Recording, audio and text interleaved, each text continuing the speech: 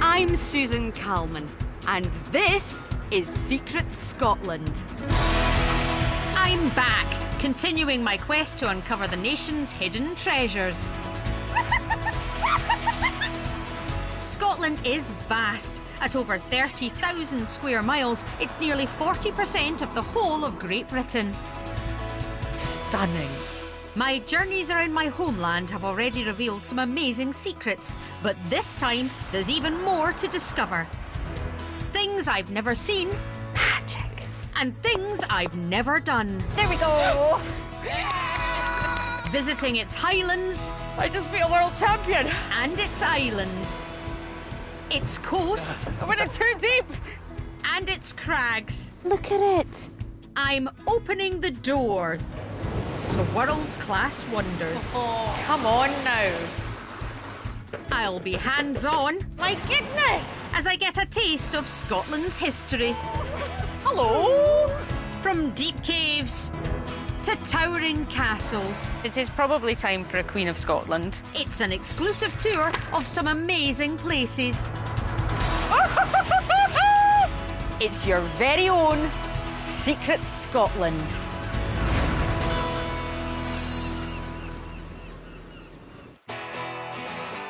This time, I'm exploring the beautiful wilds of the Cairngorms. I'm going behind the scenes of the nation's most iconic sites to discover hidden riches, Like treasure. and surprising secrets. There's a tax dodge. Oh, yes. This feels slightly wrong. For an exclusive flavour of the Highlands. It's a taste like no other.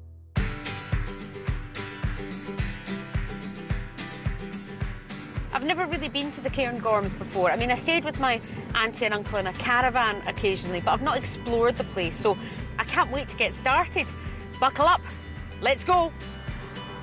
Covering an area twice the size of the Lake District, the Cairngorms is Britain's largest national park, bursting with stunning scenery, history and heritage. My first stop is the jewel in the Cairngorm crown, the royal retreat of Her Majesty the Queen, Balmoral Castle. Famously a private royal residence, filming inside the castle is rare, so I'm excited to be allowed in. Local tour guide Katie Fenema knows all the castle's secrets. Hi, Katie. Hello, lovely to meet See you. Isn't this beautiful? Today it's known as Queen Elizabeth's favourite residence, where the family spends summer holidays enjoying a break from royal duties. But it was her great-great-grandparents, Victoria and Albert, who shaped the castle we see today. So was the castle always there? We're actually stood at the front entrance of the previous castle. The old castle was demolished and Albert took charge of a royal rebuild. The project left a few secrets outside the castle walls, hidden in plain sight. So this is where the castle would have been. Well, you see, the thing is that just over there we have the River Dee, and the views down the River Dee are simply stunning. Don't like the view? Well, just move your house. An extravagance only a queen could afford. So Queen Victoria was a champion of Scotland for a long time, wasn't she? She was. When the new Balmoral was built, there was certainly plenty of tartan to be found. The word Balmorality stems, of course, from right where we are. What is that? It's really embracing everything Scottish and rejoicing for it. Balmorality. Never heard it. I'll use it again. Clearly not shy of getting her hands dirty. In 1853, Victoria laid the foundation stone for Balmoral herself, and apparently it hides a secret. There's a time capsule that was put in there with the signatures on a bit of parchment paper of all of the royal family members that were here. And in fact, her children chose some special toys to put into the capsule as well. Isn't that wonderful? And what I love more than anything is that everyone walks right past this foundation stone and doesn't spot it. It's like treasure. I can't wait to see what else this amazing place has in store. Only the grandest buildings fit for a queen, I'm sure. Oh, hang on. Why have you brought me here? Well, this is a very important building. When Queen Victoria was having her second Balmoral Castle built, where are you going to have a ball? Really important to be able to have a ball Important somewhere. question. And so Prince Albert had discovered an example of a prefabricated building, and he thought, yes, please, I will have one of those. This supposedly temporary structure was in use by 1851 and is now one of the oldest prefabs in the country. That's where Queen Victoria used to dance. Well, yes, but the red carpet would have, to a certain extent, been put out for her. There was a tunnel, actually, linking from the Balmoral Castle to this ballroom, so she wouldn't have... way. Her hair would have stayed dry and frizz-free. I love a tunnel. The dream, Katie, to have my own ballroom and a tunnel that links it from my house. So it's the dream, Katie. Today, the tunnel is long gone, after Victoria's castle was completed and she could finally dance here in her new ballroom. It's quite a room, isn't it? It's incredibly impressive, isn't it? And actually, this is the biggest room in Balmoral, because you have to remember this is Queen Victoria's private residence, so she doesn't need great big rooms for entertaining. In 1852, Victoria began a tradition still upheld by the Queen today. The annual Gillies Ball brings royals and estate staff together for a night of Scottish formal dancing, better known as a ceilidh. She loved this aspect of it, didn't she? The Gillies Ball, and in the way that Queen Elizabeth II also does as well. They quite like a party, don't they? They love a party, and I think more than anything what Queen Victoria loved at Balmoral Castle was this opportunity to integrate herself with the locals. I think a really special thing that at a ceilidh there are no barriers. Quite a leveller, isn't it? Yes, absolutely. And at the ball here today, you know, one moment you could be dancing with your husband, and the next moment Prince Philip. I don't know if I'll ever have this opportunity again. I think we should probably try and have a dance. Do you fancy it? I think that's a very fine idea. Let's try and have a dance. Well, how many people can say they've danced in the Queen's ballroom? And today the palace has given special permission for the Royal Scottish Country Dance Society, patronised by the Queen herself, to show me how it's done. Can I ask you, have any of you actually danced with a royal? Yes, I have. Who have you danced I've danced with Princess Anne in Aberdeen about 15 years ago. with? What's more exciting, dancing with Princess Anne or dancing with me? Oh, that's hard. Probably Princess Anne. I mean, you couldn't even lie about it. So here, the dances in the Gillies Ball, what kind of dances would they do? I know the Queen likes the Gay Gordons. The Gay Gordons has an interesting origin, doesn't it? Yeah, the Gay Gordons was made from the Gordon Highlanders, which is a local army based in Aberdeen. In effect, it was the Queen's local army. Gay doesn't mean gay as it might do these days. It really means gay special. So it's a special dance. A special dance in this very special place. I'll try to remember my Strictly training. What do we do? Forward, 2, 3, swivel. Back, 2, 3, 4. Away. It's all coming back to me. Susan Calman, you shall go to the ball.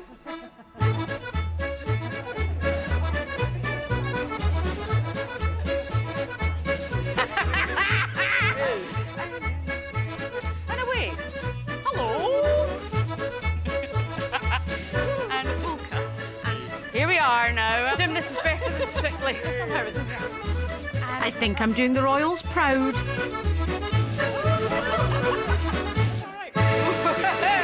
Oh, thank you so much, Jim. Thank you, everybody. It's a Thank you for showing me ceilidh dancing. I tell you, what a pleasure it is to dance ceilidh in this grand ballroom. Absolutely gorgeous, thank you. Katie, I just need to get my breath back for a second before we carry on. I'm going to count that as being at a Balmoral Castle ceilidh. It's one ticked off the dancing dream list. After a wee lie down, I am hot on the trail of another royal revelation a short drive away. Katie has brought me to nearby Crathy Kirkyard, the burial place of a man very close to Queen Victoria's heart. You could buy that lot for garden ornaments and still get change from 10 guineas. Lift your foot, woman. The relationship between Queen Victoria and her gillie John Brown was famously depicted by Sir Billy Connolly and Dame Judi Dench in the movie Mrs. Brown. Now, the relationship was, of course, fictionalised because we don't know the truth of it. And it's worth remembering whenever we see these films that it was based on a real person. Tell me about John Brown. When Prince Albert died, Queen Victoria went into mourning, and John Brown was called to come down and take her out for rides.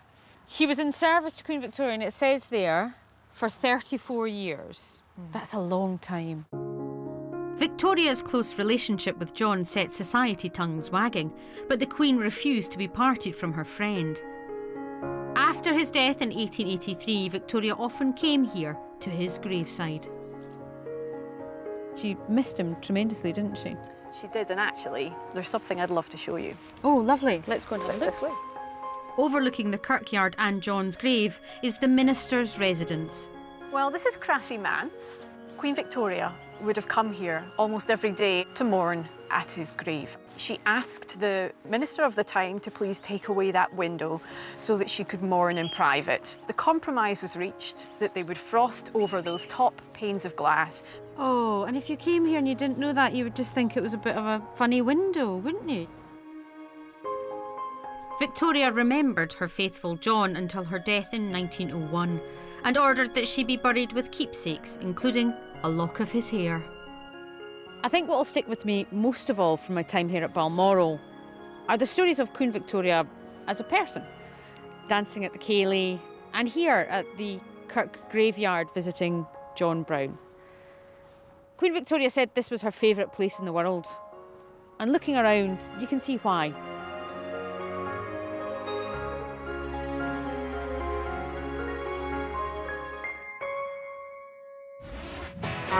Coming up, I let off steam I'm driving a steam wagon!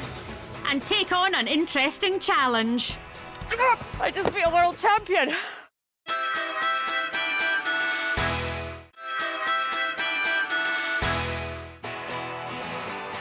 I'm Susan Calman, and I'm back on my quest to uncover Scotland's secrets. This time I'm exploring the heart of the Highlands. The gorgeous Cairngorms in northeast Scotland are home to some of the country's wildest and most beautiful landscapes. Stunning. I'm now heading 9 miles west of Balmoral Castle to the village of Braemar, home to one of the most well-known events in Scotland, the Braemar Highland Games. Each September, the event attracts over 16,000 spectators, including the royal family, to watch traditional Highland sports. Jim Wood is secretary of the Braemar Royal Highland Society. I can see the royal box over there and the photographs people will know of the Queen watching the Highland Games. It's something that she comes to frequently. She's an avid follower, and again, she's our patron. That's something that her family have carried on as a tradition since the time of Queen Victoria as well. The Games originated as a royal recruitment drive. Back in the 11th century, King Malcolm Canmore held a gathering in the Braes of Mar to determine his most worthy warriors. So our caber would have been something that they would have picked up from the forest to use to throw. I love the idea of someone going, right, here's a tree, I'll pick that up. That'll prove how strong I am. The Highland Games actually influenced the Olympics, didn't it? 3 of the events would have perhaps influenced some of the events within the Olympics itself. Which would be the hammer, Yes, the shot put, the shot put, and the discus. person that founded the modern Olympics had been to Highland Games and thought, we'll stick them in. It's incredibly special. Can I come back? Of course you can. It's how you're running. So That's that you not see, great, Jim. you see the wee mountain behind me over my shoulder? Yeah. That's where our hill race goes. 3 miles up and down. And if you don't manage it in 45 minutes, we'll lock the gate on you. No, you don't, We Jim. do. That's a terrible thing to say. Perhaps I'll try my luck with a different event. Here to teach me is 3-time champion Craig Sinclair. By day, he's a joiner, but after work, he puts in the hours with a different type of hammer. I've been asked to meet a strange man in the middle of a field, and look at what you're wearing. Yeah, What are they? hardened steel blades to give me better leverage over the hammer. So you stay exactly where you are and throw it? Yeah, it allows you speed and momentum without falling over. Look at that. It is almost the same height as me. You are throwing me every time you do this. Just about it. Are you ready to show me? Yeah. With next year's games clearly in my sights, it's hammer time. Trig set up, you got to come in. So the trig is, That's where the judges measure from. don't step over the trig. No, that's a foul. If I'm going to compete, I need to do this properly. Yes. Right? So over your head, Over my head. and then pull down with your legs, keeping your arms straight, back up. It helps to be tall. Oh, well, now you tell me. A bit of aggression and anger. Oh, yeah, I've got some of that. Open yourself up Open myself up, emotionally or physically? physically. I've got you a little toffee hammer. With a Calman-sized hammer in hand, it's time to compete. Okay, and I'm up, and I'm keeping my arms straight. 2, 3. I open myself up emotionally. Congratulations. Beat that, champ.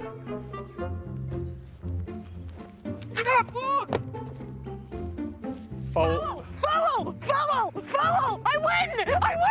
Foul! Caught on camera. I just beat a world champion. Tripped up by the trig. Do you want to do it again so you didn't fall over? Please. Okay, Craig's clearly feeling the pressure. I'm going around and it's 2, 3, and Good effort.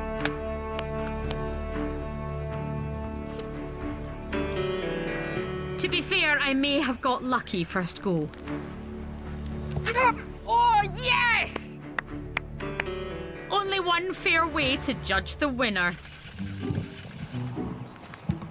It is 48 metres. Not bad for a beginner, though something tells me it might not be a winning throw. I think I've got you.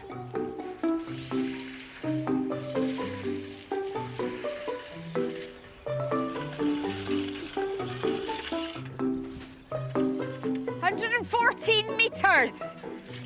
Well done, Craig. So pleased for you. Give me my mallet. See you back here next year. You just wait. That's one scared man.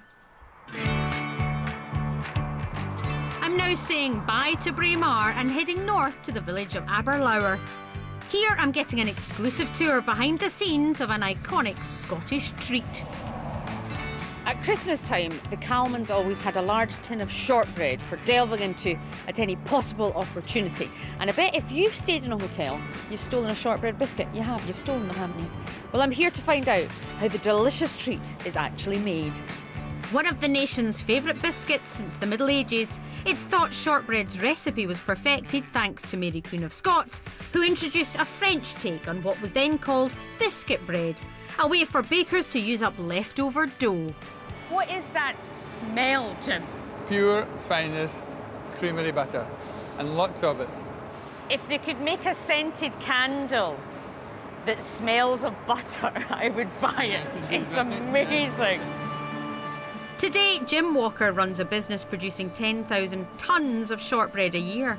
But it all grew out of the family bakery founded by his grandfather Joseph in 1898. It was called shortbread because in the 17th century, the government put a tax on cakes. So Scottish bakers, being very mean, they thought they'd call it shortbread because they'd have to pay a tax on it if it was called shortcake. There's a tax on it, and that's history and the truth, I'm sure. Oh, that's brilliant. We canny Scots never miss a trick. Love it. I'm going to learn how all this shortbread passes the Goldilocks test. Susan Milne casts her expert eye over 250,000 biscuits on every shift. This is the sizes of them and what they should look like. So either too light, just right, too dark. That's right, yes. Correct. Right, Susan. So you just have to look at them. You have to look at them, maybe pick one up and do a snap test. I am snapping it. Is that okay, that one? Inside is perfectly baked. Outside, colour, perfect. Just right. Well, it was until I broke it. Look at that one. That one's a reject. Can't reach it, Susan. I can't reach it. Will I reach it for you? Yes, go and get it. It's a reject. That is a reject due to this part of it being all squishy. And that will not make it into a tin, Susan, will it? No, definitely not. Finally, it's time for the taste test. What should I be tasting? You should be tasting heaven. Pure butter. I'm going to go and test some more shortbread Good for you. Please do. in the privacy of my own house. I'm Susan. You're very welcome, Susan. Bye-bye. Quality screening complete, I'm back on the road heading to the village of Alford, where I hope to fulfil a childhood dream. I'm an absolute transport nerd. I love all forms of transport, planes, trains, automobiles, and I particularly love steam transport. And I feel like a kid, I tell you, I feel like an absolute kid, because right here is something incredibly special. Hiya, Mike. Oh, hello. Nice. Mike Ward is curator of the Grampian Transport Museum, and with him is a Scottish-built vehicle once thought to be the future of transport. This is amazing, Mike. Tell us what we're standing in front of. Well, it's a Sentinel steam lorry, actually the world's oldest Sentinel steam wagon. These things were typically used from the turn of the last century right the way through to about the 1930s. So these were used like a lorry, so they were to transport goods and services? This one did an 80-mile round trip every day, just carrying lemonade around Aberdeenshire. There can't be that many of them left, though, in working condition, are there? Probably about 40 left worldwide. How fast would they go? About 19, 20 miles an hour, faster than a horse lorry would go. How do they work? Explain it to me as if I'm an idiot, Mike. There's a big fire in the bottom. In there's a vertical boiler. It just boils up the water, turns it into steam. Steam under pressure then goes down to the engine at the back, turns the back wheels, and off you go. So when was this built? This was built in 1914. So in 1914, that boiler's still going? Yep. They sure don't make them like they used to. I think they're beautiful. Is it possible, Mike, that I could drive your wagon? Yeah, of course, Yeah? You'll find it very easy. Yeah? Nice one. Mike doesn't usually let the public loose with the wagon. I've struck lucky. There's just one thing. Do you have brakes on this thing? No brakes. No brakes? No, you So how reverse. do you stop? Well, you just, I'll just close the regulator. Okay, it'll then roll it to a stops. stop. Okay, Yeah. right, okay. What could go wrong? Shall we? Yeah. You're going to release the steam Yep. gently, and I'm going to start steering this way. And then steer it back, steering it back, steering it back. This is amazing! I'm driving a steam wagon! Look at it go! This is every childhood dream I've ever had, Mike. The wagon's fire must be fed and kept red hot to maintain the pressure and keep us moving. Put a bit more coal. Oh, it's brilliant, Mike, isn't it? Lovely, isn't it? Yeah. Mike, that was, I mean, It's easy, isn't it? oh, but the feeling of driving an actual steam wagon, that Yeah, I was know, the yeah. most Yeah. beautiful thing, because you can feel it. Brilliant, It really is. brilliant, Oh, yeah. that was brilliant. Thank you. Do you know, I've always wondered what it would be like to drive a steam-powered vehicle, and it was even more exhilarating than I'd ever imagined. It really is. That's one ticked off the list. Absolutely brilliant. Still to come, I continue my journey through the Cairngorms, making my mark It felt wrong, but brilliant. and getting my hands dirty. That was good, wasn't it?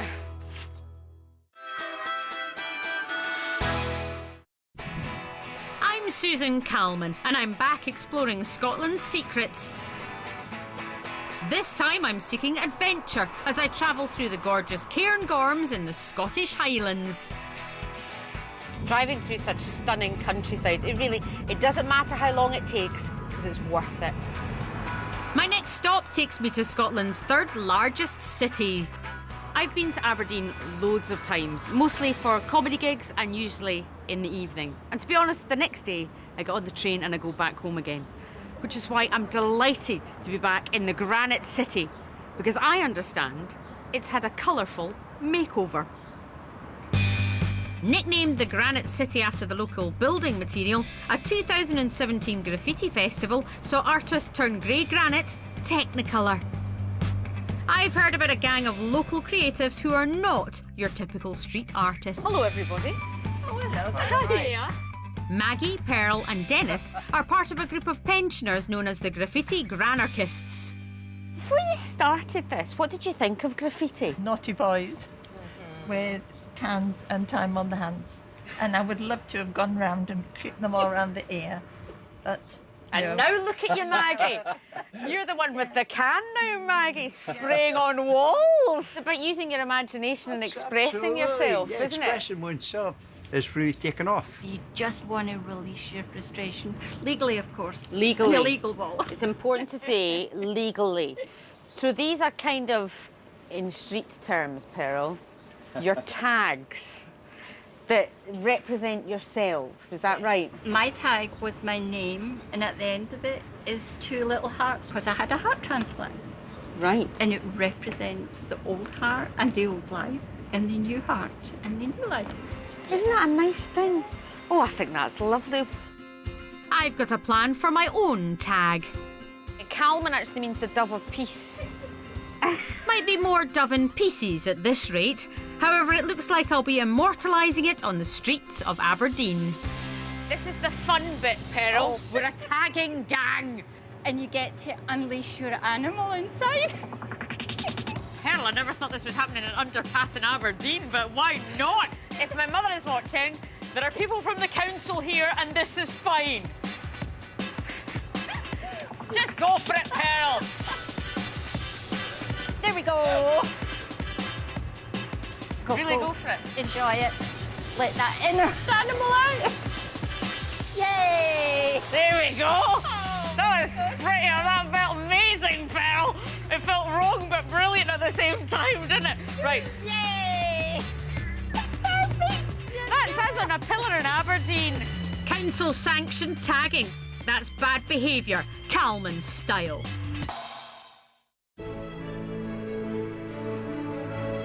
My next stop is 27 miles west from Aberdeen, where I hear there's a castle that's straight out of a storybook. Completed in 1626, Craigievar Castle is the first pink castle I've ever seen, thanks to a plasterer deciding to mimic the colour of the local pink granite. John, nice to meet you. Welcome to Craigievar. Local expert John Lemon is here to tell me the castle's tales. That looks like a fairy tale castle. It's said that Disney copied it for his fairy tale Princess's Castle. You can see that Sleeping Beauty or Cinderella might have lived in a castle like that. Or Rapunzel. Or Rapunzel. That's Yes. a good one. It'll take more than long locks to get into this castle, which may look pretty in pink, but was designed for defence. The only entrance is this medieval security door, with studs holding two pieces together. I always thought that was just to make it look threatening. No, no, no. The whole idea of that is if you're trying to break in, if you hack it with an axe, you can't always miss the... So you're blunting your axe. If attackers did break through, they'd be faced with more top castle technology. A yet. It's made of iron, but it is woven. Woven? Yes, it makes it almost impregnable. You had to get the king's permission to have one of these. The reason being, if you fell out with the king, he couldn't get in to get you. Oh, that's fabulous. The castle was once the site of a baronial court, where the tenant-in-chief dispensed the crown's justice here in the Great Hall. Wow, this is amazing. And there's also some secrets, if you know where to look. What looks like a cupboard isn't. What is it, John? It is the door. I love a hidden door. I've always wanted one of these kind of things in my house, John. And who would use that? That is the family's staircase and leads up to the bedrooms. Some people say to the maid's room. Read as much as you like into that as you want. Gotcha, John. Gotcha, John. No more need said. The ornate plaster ceiling here was the height of 17th century fashion. Apparently the craftsmen who made it worked their way around several stately homes, accidentally leaving a trademark in each. There is the same mistake in the ceiling in a number of the properties. Okay, there's a mistake somewhere in here. Yes. Right, okay. Is it David? Yes. The days are the wrong way round. Yes. They are. They made the mould so that it looked right. And then they didn't realise when they turned out it was going to be the wrong way round. Yes. Oh, that is smashing. What a wow room. I can't say I blame those craftsmen. Ornate plasterwork looks like a tricky business. Conservation plasterer William Napier knows how it was done once upon a time. Susan, pleased to meet you. Nice to meet you. I understand, Will. I never thought I'd utter this sentence. You're the man to talk to about plaster. It's a skill that there's not enough of, and so if I can share that passion with others and get them interested in plasterwork, then job done. Can I tell you a secret, Will? You can. I have always wanted to be a plasterer. Can we have a wee go at it? Of course you can. I've got the materials set up here. Those materials include one special ingredient. What's this here? That's horsehair. Lime plaster likes to shrink after it's been applied, and so to give it some additional strength, plasterers would have added animal hair just to help bind it all together.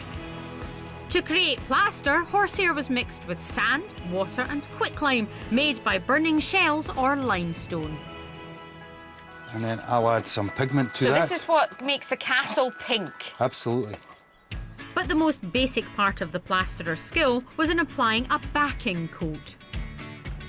Right, Will, I'm ready. Basic tools, a hawk Hawk and a trowel. and a trowel. We'll take some plaster, and this is the deft flick of the wrist. A little bit of plaster. You've got to take it over to here and then apply it onto the... Done it. Right. Deft flick of the wrist. Yes. Right, and then up Apply, the way. apply, yes, Up apply the way. onto the last bit's right. Perfect. Now, what did you say there, Will? Perfect, I think I said. Let's just wait till the camera's right on you there. What did you say, Perfect. Will? Perfect. Thank you. You're doing fine. If you go on Gumtree and you see me advertising my plastering services, I would suggest you give that a second think. Oh, I mean, that was good, Will. It was good. Calman and Co. Plastering, a smooth finish guaranteed. I'm back on the road heading north to my next stop, a remote Highland glen. The Highlands are the largest whisky region in Scotland, and here in these rolling Speyside hills lies the most concentrated area of distilleries. I'm going to be honest with you, I've never really liked whisky. I know that's a strange thing for a Scottish person to say, but I've never been a fan. But I am persuadable, and I have an open mind. So I'm going to the source to find out if I can finally love whisky. Alex Robertson is a whisky connoisseur who knows more about your wee dram than most. So, Alex, I cannot see a distillery in sight. Why are we here? This is the site of the first licensed distillery in 1824 in the valley of the River Livet.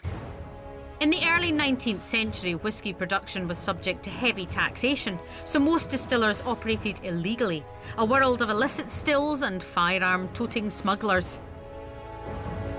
Glenlivet founder George Smith broke the mould when he went legit and obtained the first local distiller's licence. Smith himself, who'd been illegally distilling for 7 years, and his whisky was so well known, it was enjoyed by King George IV. Really? He came up to Scotland and he enjoyed a whisky? We know this because in the Memoirs of a Highland Lady, written by Elizabeth Grant, she said the king would drink nothing else. The first monarch to make a state visit to Scotland in almost 200 years, King George IV is said to have enjoyed the local tipple. A year later, Parliament passed an Excise Act legalising whisky production. I suppose if it's good enough for a king, it might be good enough for a Calman. Brilliant. The modern distillery is just a short drive away. And here, they travel in style. I may need a stiff drink after this. Coming up, we put the King's favourite tipple to the test. And I get up close with a kindred spirit. Proper Highland tiger.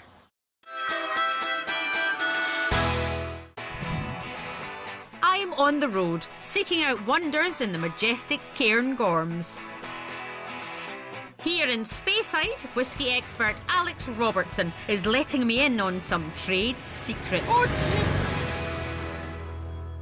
Here we are in one of the traditional dunnage warehouses. Take a deep breath and experience the angel's share. The 2% that we lose on average every year whilst the whisky is maturing, just into the air. To the angels.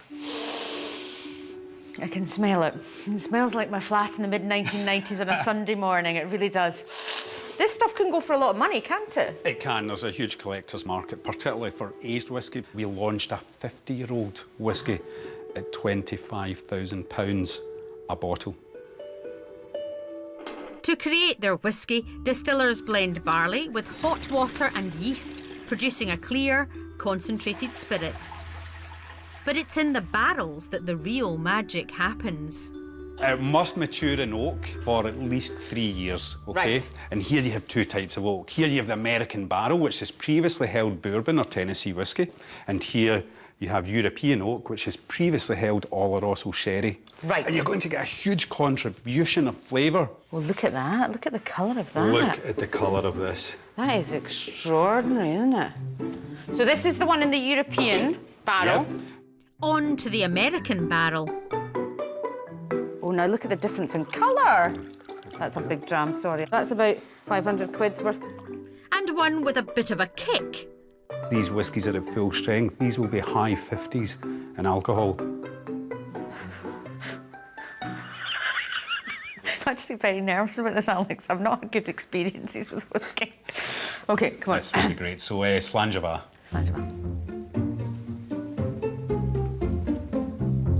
Isn't that beautiful? I mean, it's a taste like no other. That's the thing about whisky. That's nice, though. Oh, superb. Yeah. Oh, my. Do you have a preference after trying both? Yes. Delicate, yet complex. Like me. Yes, absolutely. And I'm getting more complex with each sip. Alex, I have to say, I didn't think it was possible, but you have converted me. You have converted me. You adore our whiskey. I liked whiskey. I did like whiskey. Jesus solid, Alex. Could you call us a cab? Absolutely. Thanks very much indeed. I'm just going to go and just get a wee bit of fresh air, Alex. Perfect. Thanks very much. Call us a cab. You're very welcome. You've got to get into the spirit of these things. Taxi for Calman.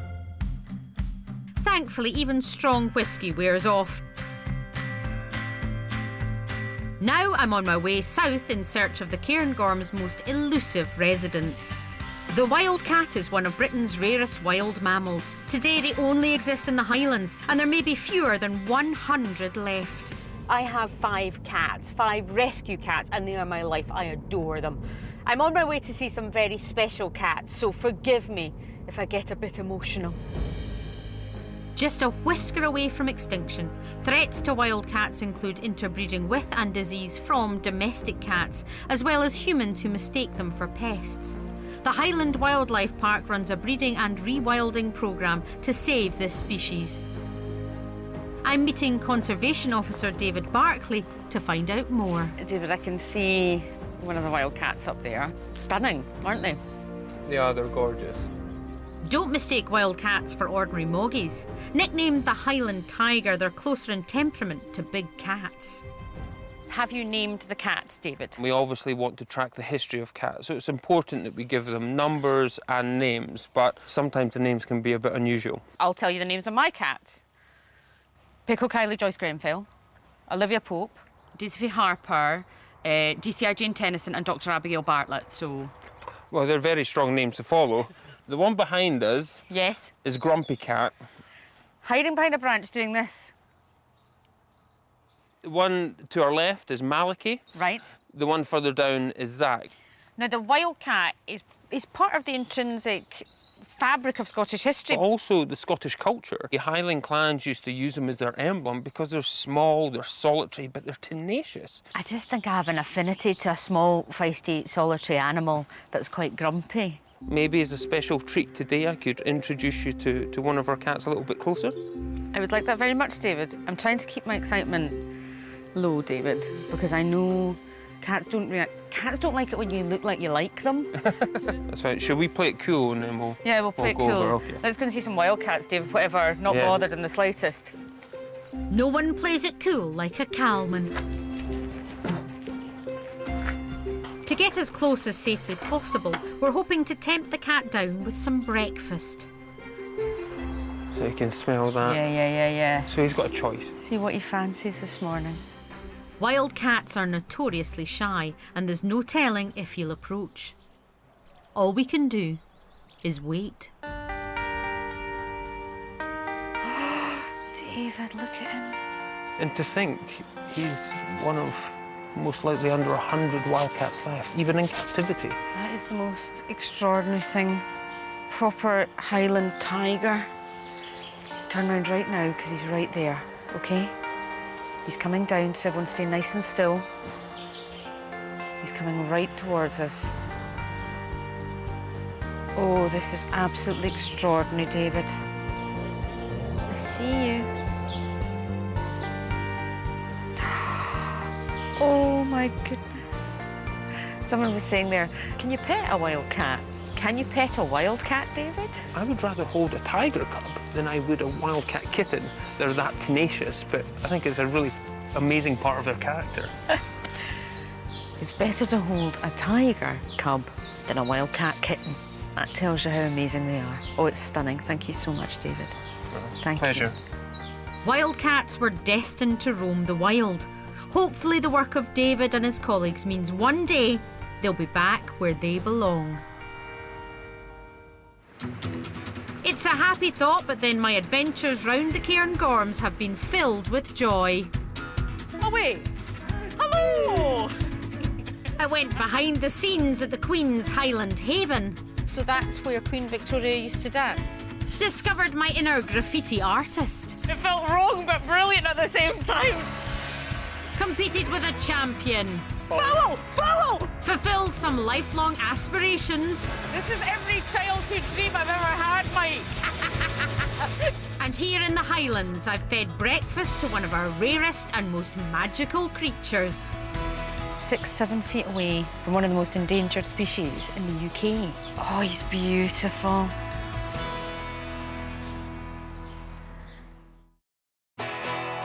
Next time, I'm discovering Scotland's Route 66, the North Coast 500. This is amazing. It's a journey that'll set my heart aflutter.